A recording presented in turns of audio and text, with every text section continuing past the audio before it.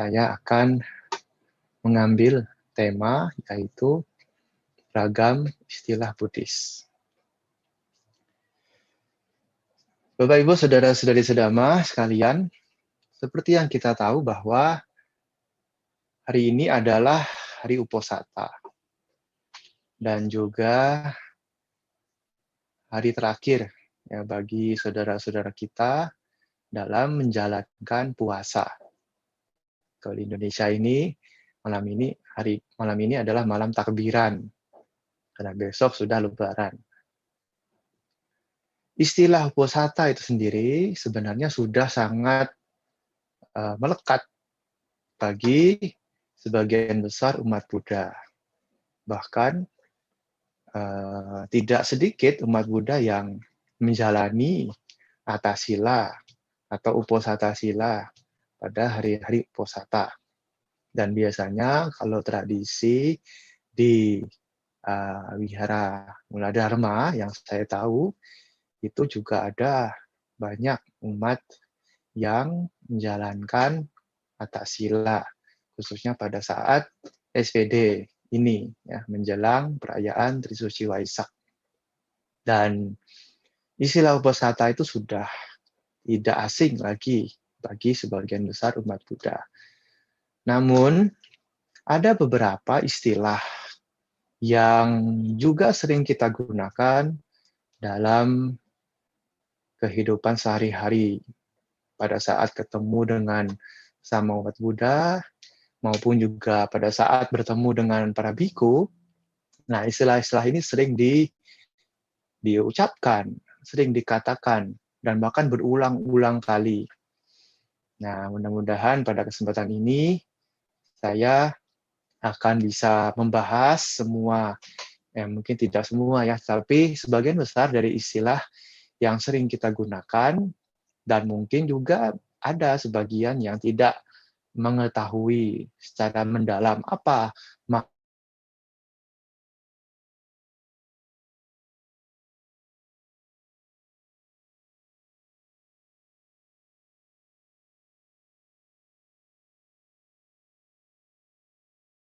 kembang. Nah, mungkin saja. Ya. Baik, gimana? Agak keputus tadi, Bante.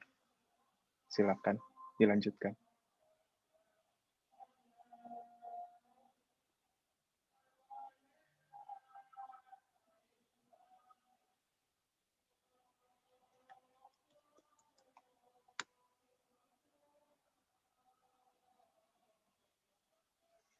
Baik, mohon maaf para hadirin.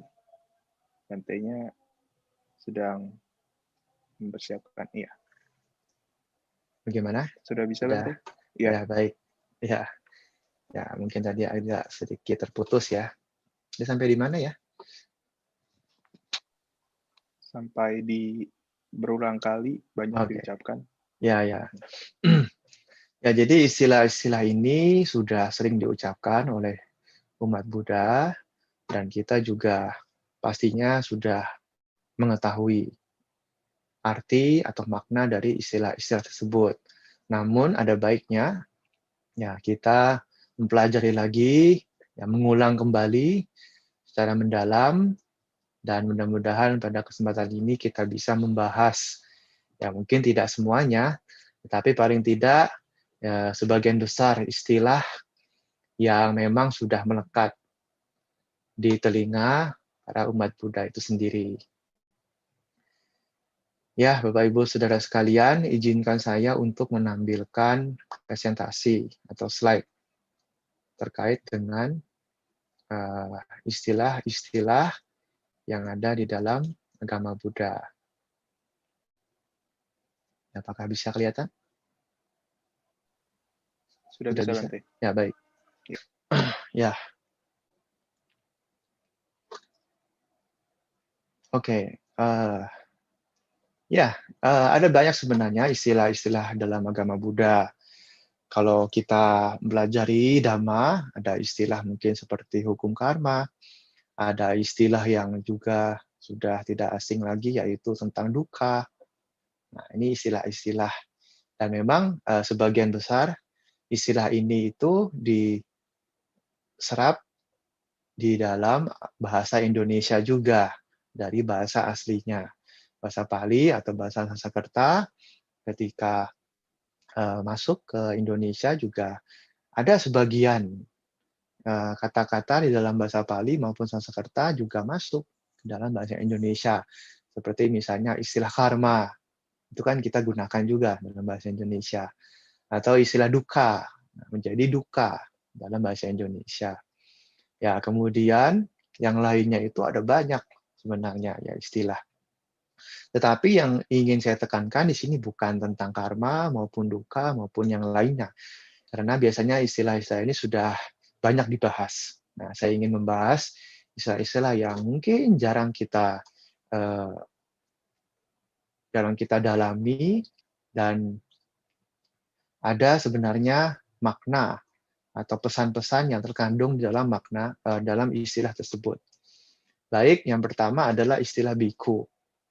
Nah, ini kan sudah biasa ya. Ketika umat Buddha bertemu dengan biku, ya sudah tahulah biku atau bante. Tetapi sebenarnya istilah biku ini dari kata bahasa Pali. Artinya adalah, ya kalau kita lihat dari akar katanya, bik ya, atau bikha, artinya adalah orang yang meminta. Ya, orang yang meminta. Kalau ada bahasa Inggris mungkin seperti beggar atau pengemis. Nah, tetapi di sini maksud atau makna dari kata itu sendiri tidaklah sama seperti orang yang meminta-minta atau pengemis.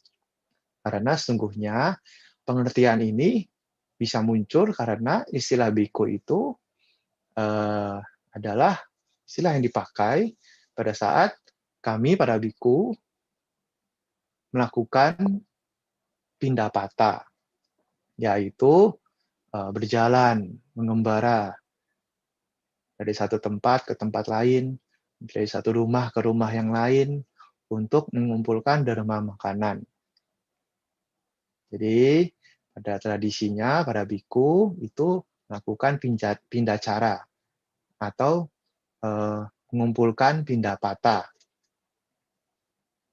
Dan sekaligus memberikan kesempatan bagi umat Buddha untuk menanam kebaikan. Jadi tidak sama dengan meminta-minta. Kalau meminta-minta, ya kita mohon, kita meminta. Tapi di sini tidak ada sama sekali ungkapan meminta, oh mohon kasih kita makan, tidak ada. Ya para biku pindapata, ya hanya misalnya mampir di satu rumah, kemudian diam. Kalau dikasih, ya diterima. Kalau tidak dikasih pun tidak masalah. Ya kita akan pergi ke tempat yang lain sampai mendapatkan makanan yang cukup, baru kemudian kembali ke tempat masing-masing. Nah, jadi itu ya istilah biku. Memang kedengarannya kalau kita lihat artinya itu tidak begitu menyenangkan ya di telinga orang yang meminta. Tapi memang begitulah apa adanya. Nah, makanya kalau untuk memanggil para biku, alangkah jauh lebih baik bila menggunakan kata bante. Nah, bante itu artinya guru. Itu jauh lebih baik kalau melihat maknanya. Jadi untuk panggilan lisan, ya kita bisa, khususnya umat Buddha ya, bisa menggunakan kata bante. Alih-alih menggunakan biku. Nah, ini berlaku juga kalau kita misalnya dalam acara-acara tertentu. Jadi ketika menyambut atau memanggil atau mempersilahkan seorang biku untuk berbicara, bolehlah kita sebut misalnya ya dipersilahkan kepada Bante Ratanadiro atau Bante siapapun. Nah, menggunakan istilah Bante di situ, bukan biku. Dalam bahasa lisan ya, dalam bahasa lisan. Tapi kalau dalam bahasa tulisan, ya kita boleh menggunakan kata biku, Ratanadiro atau biku siapa. Begitu. Ya, selanjutnya kita teruskan adalah istilah Namo Buddhaya. Nah, istilah ini juga sangat sering digunakan oleh umat Buddha. Apalagi ketika mengawali sebuah acara, Ya, ketika misalnya di wihara ada puja bakti, nah, umat-umat atau pemimpinnya ya, utamanya itu pemimpinnya akan mengatakan namo buddhaya. Atau ya bisa juga ketika umat yang satu bertemu dengan umat yang lain juga memanggil, bukan memanggil ya, menyapa dengan istilah ini, namo buddhaya. Atau bisa juga ketika bertemu dengan para biku, kemudian menyebutkan namo buddhaya Bante. Nah, sebenarnya apa maksud dari namo buddhaya itu sendiri? Nah, kalau kita lihat dalam katanya sendiri, itu ada namo dan budaya. Artinya adalah namo itu hormat atau sujud. Budaya berarti hormat saya kepada Buddha. Hormatku untuk Buddha. Sujudku kepada Buddha. Atau bisa juga diterjemahkan, terpujilah Buddha. Kira-kira begitu ya artinya. Jadi ini adalah sebuah kalimat untuk menghormat Sang Buddha sebagai guru agung junjungan kita semua. Jadi kalimat penghormatan, kalimat yang menyanjung tinggi Sang Buddha. Nah, kita bisa lihat ini kalau ada yang bertanya apakah itu ada di dalam Tipitaka, memang tidak ada. Tapi kalau kita lihat di dalam literatur belakangan itu ada ya di dalam Sada Nitipa Karana. Ini memang belakangannya. Tapi di situ disebutkan ada istilah namo buddhaya, buddhasa, pujilah Buddha. Jadi budaya dengan buddhasa ini sebenarnya sama, ya sinonim. Boleh menggunakan salah satunya, namo buddhaya atau namo buddhasa. Nah, begitu pula dengan namo dhammaya atau namo dhammino, terpujilah Dhamma. Namo sanggaya atau namo sanggasa, terpujilah Sangga. Namo karena soti me tica. Nah, dengan pujian ini, keselamatan atau kesejahteraan datang padaku. Ya, begitu ya. Itu jadi artinya adalah terpujilah Buddha. Nah, jadi memang ini adalah kalimat penghormatan. Nah, jadi bukan kalimat sapaan. Ya, mohon diperhatikan di sini. Nama budaya ini sebenarnya itu adalah kalimat untuk menghormat, untuk menyanjung, untuk menghargai ya seorang Buddha. Makanya ada kalimat-kalimat lain yang artinya itu sama, yaitu namatu buddhasa, itu juga sama. Ya, artinya terpujilah Buddha. Atau yang biasa kita gunakan pada saat puja bakti, yaitu kalimat wandana. Namo tassa bhagavato arahato sama sambuddhassa. Ya, 3 kali.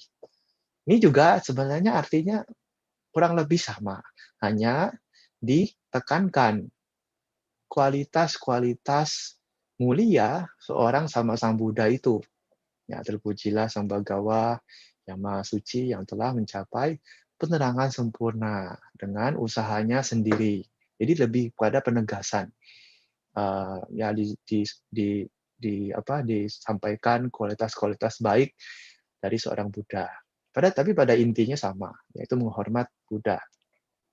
Nah, maka dari itu kita boleh sebenarnya menggunakan namo buddhaya untuk sesama umat Buddha. Sungguhnya tidak ada masalah yang ya merugikan buat kita semua. Tetapi patut dipahami bahwa kalimat ini sebenarnya adalah untuk menghormat Sang Buddha. Jadi kita betul-betul ketika namo buddhaya itu ya ada rasa hormat untuk Sang Buddha. Jadi bukan hanya sekedar menyapa, bukan hanya sekedar untuk memulai sebuah acara, ya ketika mengawali sebuah upacara tertentu, ya bukan hanya itu, tapi pada intinya kita melakukan penghormatan kepada Buddha. Tetapi, Bapak Ibu Saudara sekalian, memang tidak bisa kita pungkiri, istilah ini sudah terlanjur digunakan oleh umat Buddha untuk menyapa sebagai kalimat sapaan, atau bisa juga sebagai salam Buddhis. Nah, ini sudah terlanjur dipakai di mana-mana. Umat Buddha di Indonesia khususnya itu sudah terlanjur menganggap atau melabeli nama budaya ini sebagai salamnya umat Buddha, salam Buddhis. Padahal tidak sepenuhnya benar. Ya, kenapa? Ya karena seperti tadi, kalau kita balik ke maknanya itu adalah penghormatan, bukan untuk menyalami orang, tapi untuk menghormat Sang Buddha. Nah, di dalam acara-acara pemerintahan, ya seringkali kita dengar seorang presiden atau menteri atau bahkan pejabat itu mengungkapkan salam-salam lintas agama. Jadi setiap mereka melakukan atau menyampaikan pidato atau sambutan tertentu, biasanya itu sekarang ini sudah mulai banyak yang menggunakan salam semua agama yang ada di Indonesia. Ya, jadi bukan hanya agama Islam saja, tapi juga agama-agama yang lain juga diulang, diucapkan. Nah, kalau kita perhatikan di sini, ya kalau salam dalam agama Islam itu kan, ya Assalamualaikum warahmatullahi wabarakatuh. Artinya adalah semoga keselamatan dan rahmat Allah serta keberkahannya terlimpah kepada kalian. Itu artinya. Agama Kristen, agama Katolik, ya salam sejahtera bagi kita semua. Atau Shalom, yang artinya itu adalah damai. Agama Hindu, ya salamnya adalah Om Swastiastu. Semoga dalam keadaan selamat atas karunia dari Sang Hyang Widi. Nah, agama Buddha, salam Buddhisnya apa? Namo Buddhaya. Terpujilah Sang Buddha. Agama Konghucu, salam kebajikan. Atau bahasa Mandarinnya itu Weite Tongtian. Ya, hanya kebajikanlah yang bisa menggerakkan Tian atau Tuhan. Nah, kalau kita lihat di sini, salam-salam dari agama-agama yang ada di Indonesia itu sebenarnya memang betul-betul salam. Ya, semoga Anda sejahtera, semoga Anda itu bisa bahagia, semoga Anda mendapatkan berkah, semoga Anda selamat. Kan begitu. Hanya dalam agama Buddha yang aneh sendiri, yaitu nama budaya. Terpujilah Sang Buddha. Nah, ini yang memang agak rancu. Maka pada tahun-tahun belakangan ini itu sudah mulai dimunculkan istilah untuk salam Buddhis, yaitu Soti Hotu atau Soti Hontu. Artinya adalah semoga Anda sejahtera. Dan ini kalau kita perhatikan itu sinkron dengan salam-salam salam-salam agama yang lain. Ya, semoga Anda sejahtera, semoga Anda bahagia, semoga Anda selamat. Ini kan itu nyambung daripada menggunakan nama budaya. Tetapi memang ini susah diubah. Ya, kalau kita perhatikan itu bahkan seorang presiden pun itu mengatakan nama budaya karena sudah terlanjur dianggap sebagai salamnya Buddhis, salamnya umat Buddha. Nah, maka kita mungkin sulit untuk mengubah apa yang sudah ada ini. Nah, maka kita bisa menyesuaikan bahasa itu sendiri. Jadi alih-alih mengubahnya, karena sudah agak sulit lah kalau mengubah nama budaya itu, nah sudah terlanjur dipakai di mana-mana, ya kita bisa menambahkan salam Buddhis. Jadi selain nama budaya, kita boleh menambahkan di belakangnya Soti Hotu. Nah, jadi ketika menyapa umat Buddha atau menyapa Bante atau siapapun, nah ya salam pembuka acara, kita bisa mengatakan Namo Buddhaya, Soti Hotu. Ya, boleh juga diterjemahkan, semoga Anda semua sejahtera. Jangan dibalik. Soti hotu namo buddhaya. Kenapa tidak boleh dibalik? Karena kita harus menghormat Sang Buddha terlebih dahulu. Baru kemudian menghormat orang lain. Kalau kita mengatakan Soti hotu namo buddhaya, itu terbalik. Kita menghormat orang lain, baru menghormat Sang Buddha. Nah, maka yang benar, yang sesuai, yang pantas, yang etis adalah Namo Buddhaya, baru kemudian Soti hotu. Namo Buddhaya, Soti hotu. Semoga Anda sejahtera. Itu lebih baik. Karena kalau mengatakan Soti hotu, mungkin masih tidak familiar ya di telinga banyak orang. Tapi kalau mengatakan Namo Buddhaya sendiri, ya kita malah ini tidak menggunakan salam Buddhis yang sesuai. Jadi lebih baik digabung saja ya supaya membiasakan telinga mendengarkan salam Buddhis yang baru ini yaitu Soti hotu. Nah, jadi kita bisa mengatakan Namo Buddhaya baru kemudian Soti hotu. Jawabnya bagaimana Bante? Jawabnya juga sama. Bisa mengatakan Namo Buddhaya kemudian Soti hotu juga. Namo Buddhaya Soti hotu atau bisa juga mengatakan Soti hotu begitu. Kalau sudah terbiasa ya.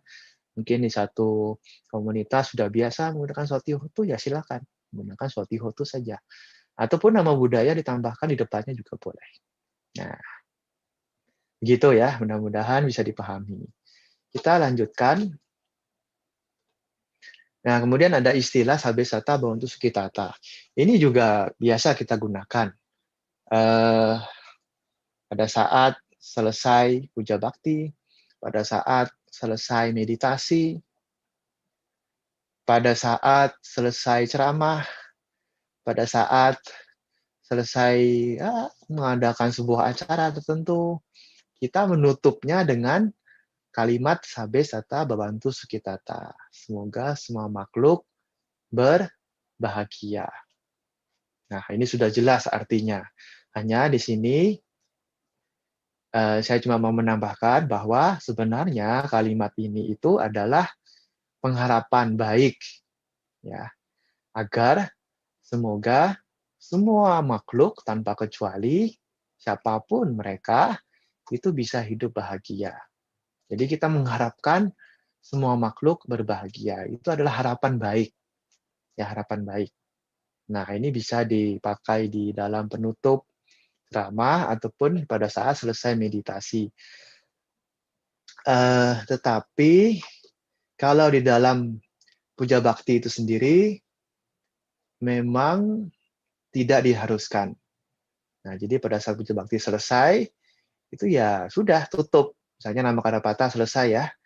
Sudah selesai nama Kadapata 3 kali, ya sudah, langsung bubar. Tidak usah sebenarnya mengatakan Sabesata Bhavantu Sukhitata. Tidak wajib, tidak harus. Yang biasanya itu digunakan adalah pada saat selesai meditasi atau selesai ceramah. Nah, umat-umat boleh mengatakan ini ya, mungkin Dhamma Duta atau bantenya atau siapapun ya. Nah, bisa mengatakan Sabesata Bhavantu Sukhitata. Hanya kalau dalam puja bakti selesai, ya itu tidak lazim mengucapkan kalimat ini. Karena sudah diucapkan pada saat meditasi maupun ceramah. Gitu. Jadi sudah banyak diucapkan. Nah, jadi tidak pada saat puja bakti selesai ya sudah, biasanya selesai sudah, ya bisa meninggalkan tempat acara. Nah, ada lagi istilah metta citena. Ini juga mirip. Tapi bedanya metta citena ini kalau yang sering saya temui ya, ini biasanya digunakan sebagai kalimat penutup di dalam satu surat resmi begitu, atau dalam email juga boleh, di surat atau email menutupnya dengan metta citena. Ini sebenarnya lebih singkat, artinya yaitu dengan pikiran penuh cinta kasih. Ya, metta citena artinya dengan pikiran penuh cinta kasih. Ini juga sebagai closing statement atau kalimat penutup di dalam surat biasanya yang pernah saya ketahui itu surat. Ada beberapa Bante yang menggunakan ini, Bante-Bante senior, jadi saya ikuti saja, karena memang bagus juga. Jadi sebelum menuliskan nama bikunya, ya tulis Metta Citena dulu. Ini mungkin kalau di dalam surat yang umum itu, ini setara dengan hormat saya. Ya, hormat saya siapa, begitu kan, penutup surat. Nah, kalau di dalam Buddhis, istilahnya itu adalah Metta Citena, dengan pikiran penuh cinta kasih. Oke, kita lanjutkan. Nah, biasanya setelah mengucapkan Sabbe Satta Bantu Sukitata, itu umat-umat yang lain akan menjawabnya dengan mengatakan sadu. Sadu.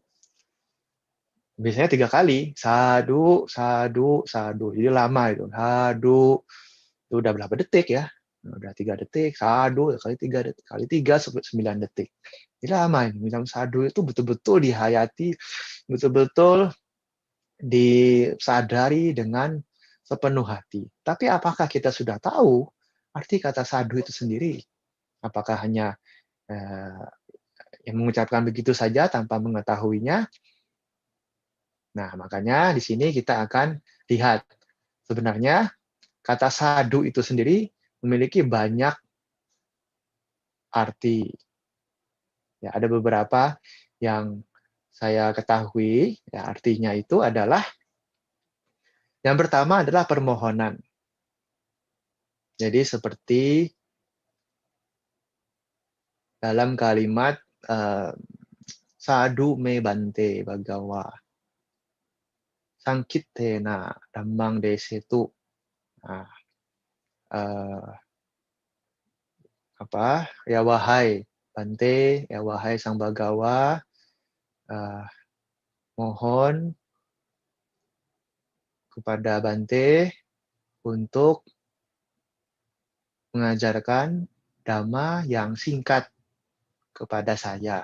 Jadi kalimat atau artinya itu sebagai permohonan gitu. Mohon Bante, asadu me Bante. Kemudian biasanya ada konteksnya. Jadi kita harus lihat konteks kalimatnya seperti apa. Jadi bisa itu artinya permohonan. Asadu me Bante. Kemudian penerimaan. Nah, ini biasanya pada saat kita menjawab. Misalnya zaman dulu kan Sang Buddha ya, khotbah apa gitu kan, setelah selesai khotbah baru para biku menjawab sadu bante. Jadi menerima nasihat itu, menerima khotbah itu. Nah, bisa juga artinya itu adalah kegembiraan. Jadi pada saat menerima itu juga kita harus bahagia. Jangan menerimanya dengan terpaksa lah. Ya sudah sadu aja terpaksa, enggak bisa. Pada artinya juga adalah kita harus gembira dengan hati yang senang, dengan hati yang bahagia. Makanya bahkan Sang Buddha pun juga mengatakan kata sadu. Ya, yaitu pada saat Bante Sariputta membabarkan dhamma dengan baik, kemudian Sang Buddha menjawab sadu. Nah, artinya itu ikut gembira.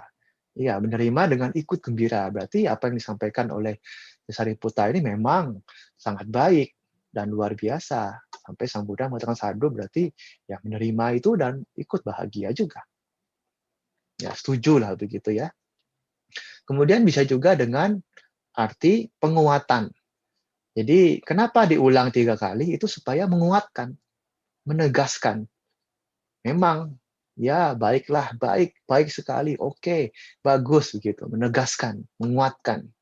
Nah, makanya arti yang biasanya kita ketahui itu adalah baik, baik sekali, atau baiklah. Nah, itu sebenarnya ada penguatannya di situ. Jadi artinya bisa banyak ya, tergantung konteks. Hanya yang biasanya diketahui oleh umat Buddha itu adalah baik saja. Tapi sebenarnya ada arti-arti yang lain. Nah, Bapak Ibu Saudara sekalian, kalau kita lihat dari akar katanya, sadu itu akar katanya adalah sat, yaitu sukses atau cengkung. Ya, artinya adalah berhasil atau terwujudnya prestasi yang kita perjuangkan. Nah, kalau dalam bahasa Inggris itu sama dengan excellent. Ya, sadu ini itu excellent. Excellent. Dalam bahasa Mandarin, sancai. Ya, sancai. Sungguh baik, ya, excellent. Ya, jadi artinya itu baik. Menegaskan, menguatkan, bisa juga permohonan, bisa juga menerima dengan penuh kebahagiaan, dengan penuh kegembiraan. Nah, itu arti kata sadu. Nah, ini ada contoh kalimatnya. Kita bisa lihat. Kayena sangwaro sadu, sungguh baik terkendali secara jasmaniah. Sadu acaya sangwaro, sungguh baik terkendali secara ucapan. Manasa sangwaro sadu, sungguh baik terkendali secara pikiran. Sadu sabata sangwaro, sungguh baik terkendali dalam semuanya.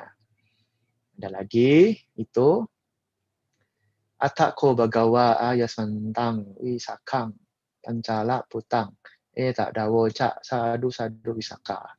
Nah, ini pada saat itu Sang Buddha berkata kepada Wisaka. Ya, iya baik Wisaka. Nah, mengiyakan. Sadu juga bisa berarti benar dan dalam menyetujui gagasannya. Seperti saduko, tuang Wisaka, kamu benar Wisaka. Jadi membenarkan. Ya tadi menegaskan gitu ya, menguatkan sekaligus menerima. Memang betul itu benar. Nah, menerima. Oke, ya ini ada di dalam Dhammapada 163. Sukarani asadu ni atano ahitani ca yang we hitanca sadunca tang we parama dukarang. Sungguh mudah untuk melakukan hal-hal yang buruk dan tidak bermanfaat. Tapi sungguh sulit untuk melakukan hal-hal yang baik dan bermanfaat bagi diri sendiri.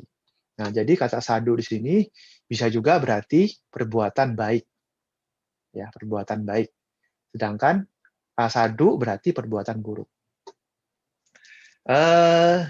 Di India, sadu ini juga sebagai panggilan. Jadi kalau orang baik dipanggil juga sebagai sadu. Kita bisa mengatakan sadu. Nah, berarti dia itu dipanggil sadu berarti dia orang baik. Nah, makanya di India itu petapa-petapa itu kadang-kadang dipanggil sadu juga, sadu. Untuk petapa laki-laki dipanggil sadu, untuk yang perempuan dipanggil sadwi. Nah, sadwi, sadu dan sadwi. Dan bahkan para biku pun juga kadang-kadang dipanggil dengan sadu. Artinya orang baik gitu. Ya, ini juga tambahan. Ya, baiklah. Saya pikir semoga sudah semakin jelas. Kita lanjutkan dengan istilah sangwega cita. Nah, ini istilah yang baru. Karena dulu-dulu belum ada ya. Mungkin baru-baru belakangan ini muncul sangwega cita. Biasanya istilah sangwega cita ini kita gunakan pada saat menyatakan bela sungkawa atau ikut berduka cita ketika mengetahui ada keluarga atau ada kerabat, ada sahabat, ya, ada teman yang meninggal dunia. Nah, kita mengungkapkan rasa bela sungkawa itu dengan mengatakan sangwega cita. Nah, biasanya diucapkan demikian, turut bersangwega cita atas wafatnya mendiang siapa begitu ya, bapak siapa atau ibu siapa. Jadi sebenarnya ini padanan dengan kata berduka cita ya, kalau dalam bahasa umum. Turut berduka cita. Kalau umat Buddhis kan kadang ya enggak maulah pakai istilah-istilah umum. Ya, kadang gengsi mungkin ya. Jadi kita memunculkan istilah sendiri. Nah, kalau zaman dulu itu biasa yang dipakai sabe sangkara anicca. Segala sesuatu adalah tidak kekal. Tetapi ini juga sebenarnya bisa sih dia dipakai dalam tulisan atau dalam ucapan, sebenarnya juga bisa mengharapkan sebenarnya ini memberikan satu statement bahwa segala sesuatu yang terbentuk itu adalah tidak kekal. Ya, bisa juga sebenarnya dipakai, tetapi untuk mengungkapkan rasa bela sungkawa, nah ini ada istilah yang baru yang bisa juga kita gunakan, yaitu adalah turut bersangwega cita. Apa sangwega cita? Artinya itu adalah pikiran yang dipenuhi dengan keterdesakan untuk bebas dari alam samsara. Wah, sebenarnya panjang itu maksudnya. Jadi ketika kita melihat ada orang lain yang meninggal dunia, nah kita melihat kenyataan bahwa semua makhluk itu pada akhirnya juga akan meninggal dunia. Nah, dengan kenyataan ini, dengan fenomena kehidupan ini, maka ya akan muncul rasa untuk bisa bebas dari roda samsara ini. Karena seperti kita tahu, ya tidak ada satupun orang yang tidak akan meninggal. Semuanya juga pasti akan mengalami kematian. Tidak ada satupun yang bisa bebas dari kematian. Termasuk kita sendiri. Kita semua ini juga akan mengalami kematian. Nah, maka dengan kita melihat fenomena seperti itu, yang muncul rasa terdesak, rasa tergugah, supaya ya ingin bebas dari penderitaan ini, ingin bebas dari duka, ingin bebas dari sangsara. Nah, makanya istilah ini dipakai. Maksudnya sebenarnya itu ya. Jadi kita bukan fokus kepada orangnya, kalau sudah meninggal, ya sudah meninggal kan, paling kita hanya bisa pelimpahan jasa. Tapi yang penting adalah bagaimana kita memaknai kematian itu sendiri dengan memunculkan rasa sangwega cita, yaitu rasa terdesak, rasa tergugah. Wah, ini kapan ini?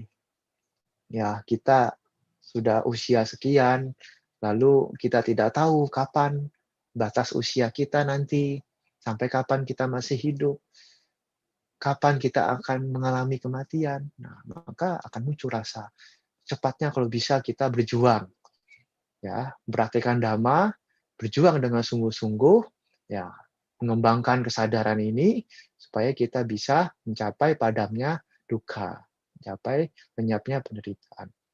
Jadi sebenarnya maknanya sungguhnya itu adalah itu sangwega cita. Tetapi dalam praktikalnya, dalam ya praktisnya kita komunikasi, ya itu akhirnya disambung-sambung, turut bersangwega cita. Nah, mungkin orang yang mendengar juga nggak ngerti apa itu sangwega cita ya. Yang penting iya aja lah, terima kasih gitu kan.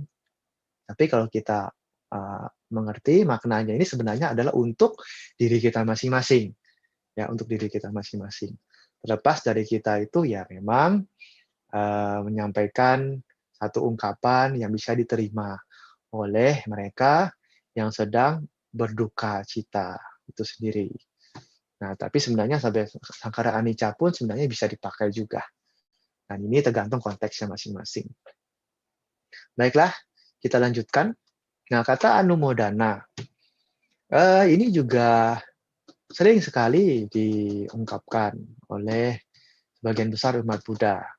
Biasanya itu untuk mengungkapkan terima kasih atau mengungkapkan satu kebahagiaan terhadap apa yang sudah dilakukan oleh orang lain. Jadi kalau saya perhatikan ini sering menggantikan kata terima kasih. Tapi apakah maknanya itu sama dengan terima kasih? Nah, kita harus lihat makna sungguhnya dari anumodana itu adalah ikut berbahagia atau turut bergembira atau turut bersukacita. Itu makna dari anumodana. Ketika ada orang lain yang melakukan kebaikan, berarti dia sedang menanam karma baik. Dia sedang mendapatkan kebahagiaan dari akibat melakukan kebaikan itu sendiri. Maka ketika kita menyaksikan ada orang lain berbahagia, kita juga sepantasnya ikut berbahagia, ikut bergembira. Itu anumodana. Jadi sebenarnya tidak sama dengan terima kasih. Kalau kita mengungkapkan terima kasih, berarti kita misalnya dibantu orang, kita ditolong orang, ya terima kasih ya. Sudah selesai begitu kan? Terima kasih, itu hanya jawaban atas penghargaan atau kebaikan orang lain. Tapi anumodana itu lebih dalam lagi, ya. Maknanya itu lebih kepada kita bagaimana memunculkan kualitas batin yang baik. Ini bukan hanya sekedar menjawab, bukan hanya sekedar menghargai, tapi kita juga harus memunculkan namanya mudita cita atau perasaan ikut bahagia atas kebahagiaan orang lain. Ya, bahasa yang mudahnya itu adalah senang melihat orang lain senang. Itu anumodana. Ya, ini hampir sama dengan istilah mudita. Ya, mudita atau mudita cita. Itu hampir sama. Yaitu kita ikut bahagia. Nah, bedanya adalah kata anumodana ini itu dalam bahasa Pali termasuk dalam kata benda. Jadi kalau kita mengatakan saya anumodana, tidak begitu tepat. Tapi kalau kita mengatakan saya anumodami, itu sesuai. Karena anumodami itu kata kerja. Saya ikut berbahagia. Nah, kalau kita ingin mengucapkan anumodana, ya bisa mengucapkan langsung, atau kita bisa menambahkan kalimat, misalnya saya menyampaikan anumodana. Itu kan sesuai. Saya menyampaikan rasa ikut bahagia, rasa ikut bersuka cita. Jadi anumodana ini adalah sebenarnya kata benda. Sedangkan kalau kita ingin mengungkapkan secara pribadi, misalnya saya ikut bahagia, itu lebih sesuai dalam tata bahasa Palinya menggunakan kata anumodami. Nah, anumodami ya. Dan sebenarnya kata anumodami itu sendiri sudah mewakili saya. Ya, tanpa kita mengatakan saya, nah sudah mewakili itu. Anumodami itu sudah pasti saya. Nah, jadi kalau belakangnya itu ami, itu pasti saya. Tapi kalau belakangnya itu ama, anumodama, itu kami. Nah, ini memang grammarnya begitu. Ya, kata bahasa Pali. Tapi kalau kita misalnya, ya itulah tadi ya, jadi tergantung konteks antara saya atau banyak orang. Kalau saya pribadi sendiri, anumodami. Kalau banyak orang, anumodama. Nah, ini sama juga dengan istilah wandami bante. Kan kadang-kadang kita pernah. Biasanya kan umat Buddha selesai acara menghormat pada biku. Ayo kita sama-sama mengatakan wandami bante. Itu kan wandami berarti saya menghormat bante. Wandami saya. Tapi kalau kita semua bersama-sama banyak orang, jamak ya, itu sebenarnya wandama. Tapi mungkin agak aneh lagi kalau diganti wandama ya. Asing lagi. Ya sudahlah wandami bante. Jadi masing-masing orang itu saya menghormat bante. Nah, ini sama dengan anumodami. Ya, begitu ya. Anumodana. Tidak sama dengan terima kasih. Lalu, bagaimana Bante? Kalau saya itu ingin mengungkapkan terima kasih kepada orang yang membantu saya. Apakah ada bahasa Palinya? Oh, ada. Ya, bahasa Pali dari terima kasih itu adalah tuti atu. Nah, ada yang pernah dengar? Ada yang pernah dengar? Ya, mungkin tidak banyak ya yang pernah dengar. Jarang digunakan. Tuti atu. Atau tomayami. Atau abi itu tomhi. Nah, mengucapkannya aja mungkin bingung ini ya, gimana? Nah, tapi bisa disingkat dengan mengucapkan tuti aja atau abituti. Nah, tuti atau abituti itu lebih singkatnya. Ya samalah seperti kita mengucapkan terima kasih. Kadang-kadang disingkatkan makasih. Singkat-singkat. Ya, orang-orang memang suka menyingkat semuanya ya. Semua disingkat-singkat. Ya, on the way, OTW, OTW. Nah, semuanya disingkat lah. Ya. Nah, jadi itu, terima kasih. Itu sebenarnya bahasa Palinya ada. Kita bisa mengutakan tuti atu, ya, atau kalau lebih singkatnya tuti aja, atau juga abituti. Nah, jadi itu beberapa istilah dalam bahasa Pali yang bisa kita gunakan dalam keseharian sebagai umat Buddha. Semoga penjelasan-penjelasan ini dapat menambah wawasan dan pengetahuan kita semua, terutama dalam penggunaan berbahasa. Ya, karena yang namanya bahasa itu memang selalu berkembang dari waktu ke waktu. Ya, tinggal bagaimana kita membiasakan diri untuk menggunakannya dalam kehidupan dan pada konteks yang juga sesuai. Nah, semoga kita semua selalu maju dalam Dhamma, Sabbe Sata, Bhavantu Sukhitata. Semoga semua makhluk berbahagia.